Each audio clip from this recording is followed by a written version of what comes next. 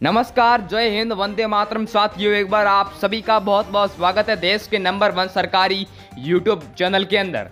वहीं दोस्तों, आपने अभी तक हमारे चैनल को सब्सक्राइब एवं इस वीडियो को शेयर नहीं किया है तो वीडियो को शेयर जरूर करें। तेलंगाना विधानसभा चुनाव का बिगुल बज चुका है, जिसके अंदर एबीपी न्यूज टाइम्स नाउ फर्जी सट्टा बाजार ने तेलंगाना विधानसभा चुनाव की 119 सीटों का महा ओपिनियन पोल सर्वे जारी कर दिया है। इस ओपिनियन पोल के अनुसार किसकी बदल रही है सरकार, किसको हार का मुंह देखना पड़ेगा, इस वीडियो में देंगे हम आपको पूरी जानकारी, तो वीडियो को एंड तक जरूर देखें। तो टीआरएस पार्टी की बात करें तो 78 सीटें मिल रही है। ओपिनियन पोल के अनुसार कांग्रेस पार्टी को 32 सीटें और बीजेपी को 2 सीटों का आकलन होता हुआ दिखाई दे रहा है। वहीं दोस्तों, मैं आपको बता दूं कि चुनाव से पहले बीजेपी पार्टी की कई बड़े दिग्गज नेताओं ने बीजेपी पार्टी को इस्तीफा देकर कांग्रेस पार्टी का दामन थाम लिया। वहीं दोस्तों, कुछ वर्षों से बीआरएस पार्टी का राज तेलंगाना के अंदर है। क्या कांग्रेस पार्टी बीआरएस पार्टी को हरा पाएगी? क्या कांग्रेस पार्टी अपनी सत्ता स्थापित कर पाएगी? इस वीडियो में देंगे हम आपको पूरी जानकारी। वहीं दोस्तों, कर्नाटक में हुई कांग्रेस की बहुमत के साथ जिससे कांग्रेस के नेताओं का हौसला और भी बुलंद। वहीं दोस्तों, आपने अभी तक हमारे चैनल को सब्सक्राइब नहीं किया तो सब्सक्राइब जरूर करें। और बात करें तेलंगाना की सर्वप्रथम सीट रंगारेड्डी की। दोस्तों, रंगारेड्डी में कुल 8 सीटें, 8 में से 3 बीआरएस पार्टी को, 3 कांग्रेस पार्टी को और 2 बीजेपी पार्टी को प्राप्त होती नजर आ रही है अब की बार। वहीं दोस्तों, बात करी जाए तेलंगाना की अगली सीट निजामाबाद की। निजामाबाद में कुल 6 सीटें और सबसे बड़ा बहुमत कांग्रेस पार्टी को मिलता नजर आ रहा है। 3 सीटें, बीआरएस पार्टी को 2 सीटें और बीजेपी पार्टी को 1 सीट प्राप्त होती नजर आ रही है अब की बार। बात करी जाए मनसेसीएल की कुल 3 सीटों पर तो 3 में से 1 सीट बीआरएस पार्टी को, 2 सीट कांग्रेस पार्टी को और बीजेपी पार्टी का सुपड़ा साफ होता दिखाई दे रहा है, क्योंकि ओपिनियन पोल के अनुसार 0 सीट पर बैठी है बीजेपी पार्टी। और बात की जाए भारतरी जिला की कुल 5 सीटों पर तो 5 में से कांग्रेस ने सबको बड़ा ही तगड़ा झटका दे दिया है, क्योंकि यहां पर कांग्रेस को 3 सीटें हासिल हुई है, बीजेपी पार्टी को 2 सीटें और बीआरएस पार्टी को 1 सीट पर अपना कब्जा करके बैठी है।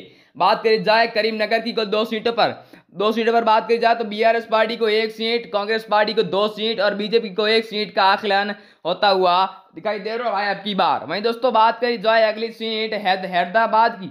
हैदराबाद में कुल 15 सीटें, 15 में से 7 बीआरएस पार्टी को, 6 कांग्रेस पार्टी को और 2 बीजेपी पार्टी को प्राप्त होते नजर आ रही है अब की बार। वहीं दोस्तों, बात करी जाए अगली सीट अलीदाबाद की तो अलीदाबाद में कुल 2 सीटें हैं, तो दोनों को समांतर सीटों का आकलन होता हुआ दिखाई दे रहा है, यानी बीआरएस पार्टी को 1 और कांग्रेस पार्टी को भी 1 सीट मिलती नजर आ रही है अब की बार। बात करी जाए महबूब नगरी की कुल 5 सीटों पर तो 5 में से बीआरएस पार्टी को 3 सीटें, कांग्रेस पार्टी को 2 सीटें और बीजेपी पार्टी को 0 सीटों का आकलन होता हुआ दिखाई दे रहा है अब की बार। वहीं दोस्तों, सिंदीपेट जिला की कुल 4 सीटों पर बात करी जाए तो 4 में से बीआरएस पार्टी को 2 सीटें, कांग्रेस पार्टी को 1 सीट और बीजेपी पार्टी को भी 1 सीट का आकलन होता हुआ दिखाई दे रहा है अब की बार। वहीं बात करी जाए जनगांव की कुल 3 सीटों पर तो 3 में से बीआरएस पार्टी को 2 सीटें, कांग्रेस पार्टी को 1 सीट और बीजेपी पार्टी को 0 सीटों का आकलन होता हुआ दिखाई दे रहा है अब की बार।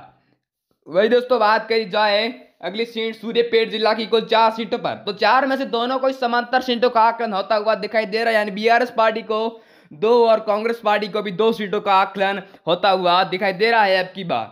वहीं दोस्तों, बात करी जाए वारमल अर्बन की कुल 3 सीटों पर तो 3 में से 2 बीआरएस पार्टी को, 0 कांग्रेस पार्टी को और 1 बीजेपी पार्टी को प्राप्त होती नजर आ रही है अब की बार। वहीं दोस्तों, बात करी जाए अगली सीट गढ़वाल जिला की कुल 2 सीटों पर तो 2 की तो बीआरएस पार्टी को प्राप्त होती नजर आ रही है, वहीं कांग्रेस पार्टी को 0 और कमल मुरझाया हुआ दिखाई दे रहा है अब की बार।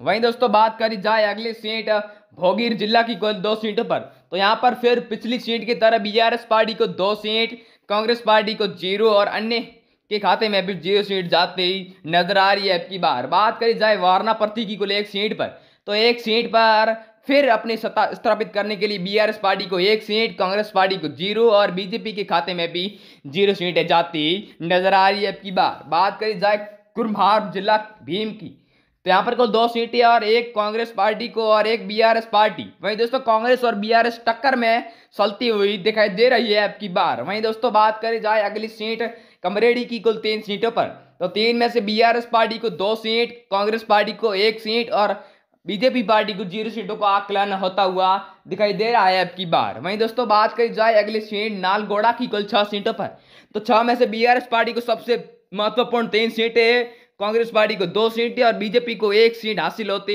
नजर आ रही है अब की बार। वहीं दोस्तों बात करी जाए अगली सीट मेरठ जिला की।